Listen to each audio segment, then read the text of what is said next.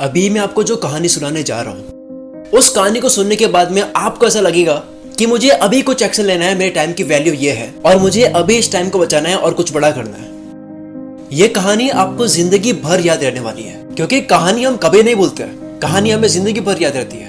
हम कोई लेसन पढ़ते हैं, कुछ सीखते हैं, वो हम भूल सकते हैं, लेकिन कहानी हमें जिंदगी भर याद रहती है। यह कहानी है एक किंगडम की, एक ऐसे राज्य की जहां पर हर 5 साल में एक राजा को चेंज किया जाता है। तो जब भी राजा के 5 साल कंप्लीट हो जाते हैं, उसको भेज दिया जाता है एक ऐसे जंगल के अंदर जहां पर खाने के लिए कुछ नहीं होता है, जहां पर जानवर होते हैं, वही जानवर खा लेते हैं। उसके बाद में जब एक राजा के 5 साल कंप्लीट होने ही वाले होते हैं, उस राजा को नए कपड़े पहनाए गए, उसको हाथी पे बैठाया गया और उसके बाद में उसको गुड बाय कहने के लिए उसको बोट पे बैठा दिया, जहाज पे बैठा दिया और उसको गुड बाय किया गया। उसको भेज दिया गया एक ऐसे जंगल के अंदर जहां पे उसके पास खाने के लिए कुछ भी नहीं है, जहां पे वो अपना गुजारा भी नहीं कर सकता। तो जैसे ही वो राजा भेज दिया जाता है, उसके बाद में वो सोचते हैं कि अब नया राजा कौन बनेगा हमारे राज्य का।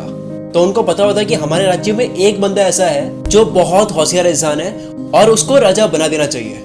तो जैसे ही गांव के सारे लोग जाते हैं उस इंसान के पास में और रिक्वेस्ट करते हैं कि क्या आप हमारे राजा बनोगे, तो वो बंदा मना बोल देता है, क्योंकि उसको सारी बातें बताई जाती है कि हर 5 साल के बाद, यानी कि जब आपके 5 साल कंप्लीट हो गए, तो आपको 5 साल के बाद में आपको ऐसी जगह पर भेज दिया जाएगा जहां पर जानवर ही खा लेंगे, जहां पर जीवन नहीं है। तो उसके बाद में उस जगह के काफी लोगों ने बहुत बारी बोला कि प्लीज आप हमारे जगह के राजा बन जाओ, आप बहुत होशियार हो, बहुत चालाक हो, आप बहुत अच्छे तरह से इस जगह को चलाओगे, आप बहुत अच्छे तरीके से सबका ध्यान रखोगे।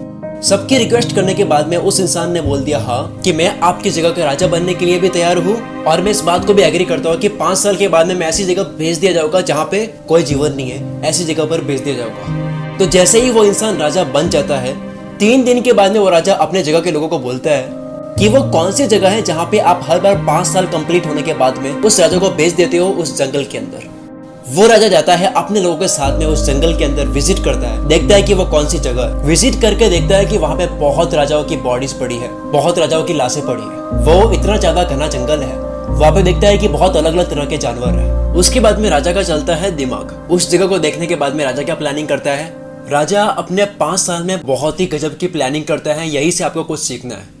जब राजा जंगल में जाकर देखता है कि ये बहुत ही ज्यादा घना जंगल है, यहाँ पे बहुत जानवर है, उसको देखने के बाद राजा प्लानिंग करता है कि मुझे इसके लिए कुछ करना होगा और मुझे 5 साल बाद इस जंगल में तो कतई नहीं आना है। उसके बाद में राजा खेलता है अपना खेल, वो अपना दिमाग चलाता है। राजा ने पहले ही साल में उस जंगल के सारे ट्रीज कटवा दिए, घना जंगल जिसकी वजह से लग रहा था, वो सारी चीजें हटवा दी और वहां के जितने जानवर थे, जो जानवर मारने वाले थे, उन जानवरों को भी हटवा दिए वहां से।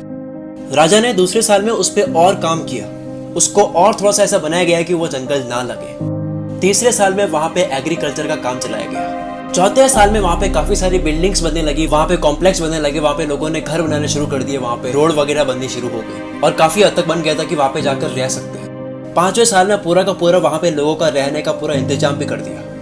अपने 5 साल में ये सारा बनाने के साथ में भी राजा अपनी सेविंग्स भी कर रहा था। राजा बहुत कम पैसे खर्च करता था और काफी सारी सेविंग्स करता, ताकि वो पैसे वो खर्च कर पाए अपनी उस जगह पर जो जगह वो 5 साल से तैयार कर रहा है। उसके बाद में जैसे ही राजा के 5 साल कंप्लीट होने ही वाले होते हैं, वो अपने राज्य के लोगों को बोलता है कि मेरे 5 साल कंप्लीट होने वाले हैं, मुझे अपने वहां जगह भेज दो जो हमने कॉन्ट्रैक्ट करा था कि मुझे 5 साल के बाद में वहां पे भेजा जाएगा। तो उसके बाद में वहां के लोग बोलते हैं कि अभी आपके 5 साल कंप्लीट नहीं हुए हैं, अभी 10 दिन और बाकी है। वो एडवांस में बोलने लगे, इतनी एक्साइटमेंट होने लगी कि मुझे वहां उस जगह पर जाना है।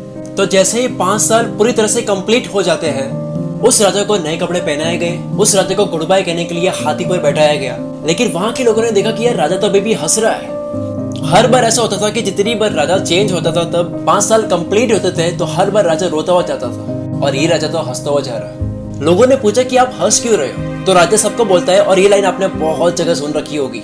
राजा बोलता है कि जब आप दुनिया में आते हो तो दुनिया सारी हंसती है और आप रोते हो जब आपका जन्म होता है, लेकिन कुछ ऐसा करके जाओ कि ये पूरी दुनिया रोए और आप हंसते हुए जाओ। ठीक उसी तरह उस राजा ने ऐसा किया। उसने अपनी जिंदगी को ऐसी बना ली थी कि वो हंसता उस जगह पर जा रहा था। वो राजा बोलता है कि आपने देखा होगा कि जितने भी राजा आए हैं, वो राजा 5 साल में इतने खो जाते हैं, राज करने में खो जाते हैं, लग्जरियस चीजें पहनने में, इतने मजे करने में, कि वो भूल ही जाता है कि उनको 5 साल के बाद में ऐसी जगह पे भेजा जाएगा जहाँ पे उनको मरना पड़ेगा। लेकिन मैंने 5 साल में अपनी उस जगह को भी ठीक किया। मुझे ये पता था कि मुझे 5 साल के बाद में कहाँ भेजा जाएगा, उसके लिए मैंने उस पर वर्क किया। मेरे पास यही टाइम था काम करने के लिए, मैं खोया नहीं। मैं राजा जरूर था, लेकिन राजा बनने के बाद में मैं ये नहीं बोला कि मेरा आने वाला टाइम कैसा होगा। मैंने अपने फ्यूचर की प्लानिंग की। तो जब वो राजा जाता है, वो खुश होते हुए जाता है, अपनी सारी सेविंग्स को लेकर जाता है, जो सेविंग उसने करी थी राजा होने के बाद में, जितने उसने पैसे कलेक्ट करे थे, जितनी उसने चीजें कलेक्ट करी थी। राजा बन जाने के बाद में उसने अपने सारे पैसे खर्च भी नहीं किए, उसने अपना फ्यूचर संभाला, उसने काम किया उसके ऊपर। दोस्तों, इस कहानी से हमें क्या शिक्षा मिलती है? आपको भी केवल कुछ ही टाइम मिलता है अपनी लाइफ को पूरी अच्छी बनाने के लिए। आप अगर मेरी एज के हो, अगर आपकी एज आती है 16 से 24 के बीच में, तो ये आपकी गोल्डन एज है।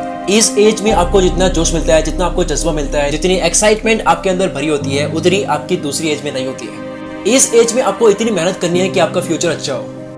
क्योंकि अगर आप इस एज में मजे करते हो, इस एज में आप केवल एंजॉय करते हो, एंटरटेनमेंट में ही ध्यान देते हो, तो हो सकता है कि बाकी राजाओं की तरह आपको भी ऐसे जंगल में जाना होगा, यानी कि आपको ऐसी गरीबी में जाना होगा जहां पे आपको जानवर खाया जाएगा, यानी कि आपकी गरीबी आपको खा जाएगी। लेकिन अगर आप चतुर राजा की तरह बनते हो, जो लास्ट में आया था, उसकी तरह आप अगर प्लानिंग करते हो, काम करते हो उस पे, तो आप आने वाले टाइम में अपनी लाइफ पूरी अच्छी निकाल सकते हो। बिल्कुल उस राजा की तरह जिसने अपने लिए उस जंगल को पूरा जंगल कटवा के उस जंगल की बजाय एक किंगडम बना दिया, एक पूरा अलग राज्य बना दिया।